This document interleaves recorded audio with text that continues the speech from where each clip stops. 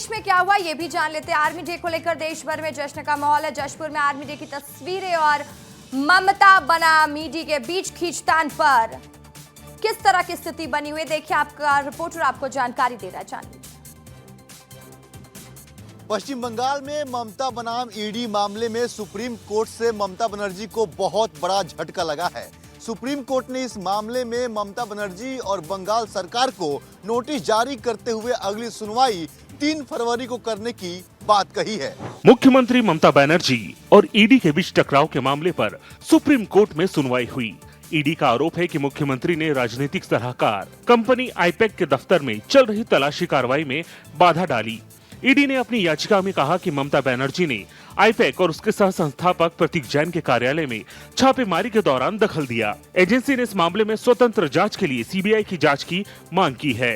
Supreme court ने ED के इन आरोपों को बहुत गंभीर बताया है। जस्टिस प्रशांत कुमार मिश्रा और जस्टिस विपुल पंचोली की बेंच ने कहा कि वे इस मामले में नोटिस जारी करेंगे और तथ्यों की जांच करेंगे। सुप्रीम कोर्ट ने कोलकाता हाईकोर्ट में ईडी की याचिका की सुनवाई के दौरान हुई अव्यवस्था पर भी चिंता जाहिर की है। कोर्ट ने इस मामले में अपना रुख साफ कर दिया है और कहा है कि कोई भी जांच एजेंसी की कार्रवाई में दखल नहीं दे सकता। ईडी ने मुख्यमंत्री ममता बनर्जी पर जांच में बाधा डालने का आरोप लगाया। वहीं बंगाल सरकार ने आरोपों को गलत बताया। जोरदार बहस के बीच सुप्रीम कोर्ट ने ममता बनर्जी के एक्शन को गलत बताया और अगली सुनवाई के लिए नोटिस जारी किया है।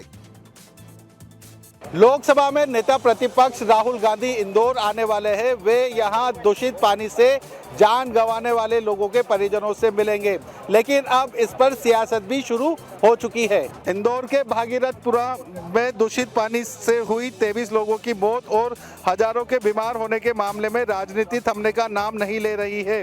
अब भागीरथपुरा में मृतकों के परिजनों से मिलने लोकसभा के नेता प्रतिपक्ष राहुल गांधी आ रहे हैं। वे 17 जनवरी को इंदौर पहुंचेंगे और भागीरथपुरा भी जाएंगे। वहां पीड़ितों से मुलाकात करेंगे और राहुल गांधी भागीरथपुरा में धरना भी देंगे। राहुल गांधी के नेतृत्व में यहां विरोध प्रदर्शन भी किया जाएगा। राहुल से पहले पीसीसी चीफ जीतू पटवारी और मध्य प्रदेश विधानसभा के नेता प्रतिपक्ष उमंग सिंघार भी जा चुके हैं।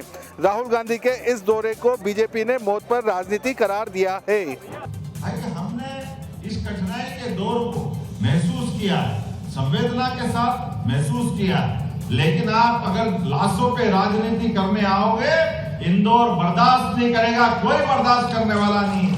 कांग्रेसी भी उनको नेता मानने से अब धीरे धीरे इनकार करने लगे, लेकिन राहुल गांधी जी को मैं इतनी जरूर एक सलाह दे सकता हूं कि श्रीमान जी अगर आना था तो घटना के तुरंत बाद आना चाहिए था, तत्काल आना चाहिए था। राहुल गांधी के इंदौर दौरे को लेकर बीजेपी तंज कस रही है कि कांग्रेस लाशों पर राजनीति कर रही है। राहुल गांधी के इंदौर आने को लेकर प्रदेश के सियासी खेमों में आरोप प्रत्यारोप के दौर भी शुरू हो चुके हैं। अगर स्कूल में बच्चों की हाइजीन पर ध्यान नहीं दिया जाएगा तो फिर बच्चे पढ़ेंगे कैसे? उनका स्वास्थ्य ही सही नहीं रहेगा तो फिर पढ़ाई में मन कैसे लगेगा? इसलिए कह रहा हूं क्योंकि मुरैना में बच्चों के स्वास्थ्य के साथ खिलवाड़ किया जा रहा है। ये तस्वीर देखिए, आपके बच्चों के स्वास्थ्य के साथ कितना खिलवाड़ हो रहा है। तस्वीर देखकर अंदाजा लगा लीजिए, शासकीय स्कूल की पानी की टंकी में कीड़े हैं और विद्यालय प्रबंधन को इसकी सुध तक नहीं है। इसी दूषित पानी से सैकड़ों बच्चों के लिए मध्याह्न भोजन तैयार किया जाता है। हैरानी की बात यह है कि विद्यालय स्टाफ, शिक्षक और स्व सहायता समूह से जुड़े किसी भी व्यक्ति द्वारा साफ सफाई पर कोई ध्यान नहीं दिया गया। यह लापरवाही सीधे सीधे बच्चों के स्वास्थ्य और जान के साथ खिलवाड़ है।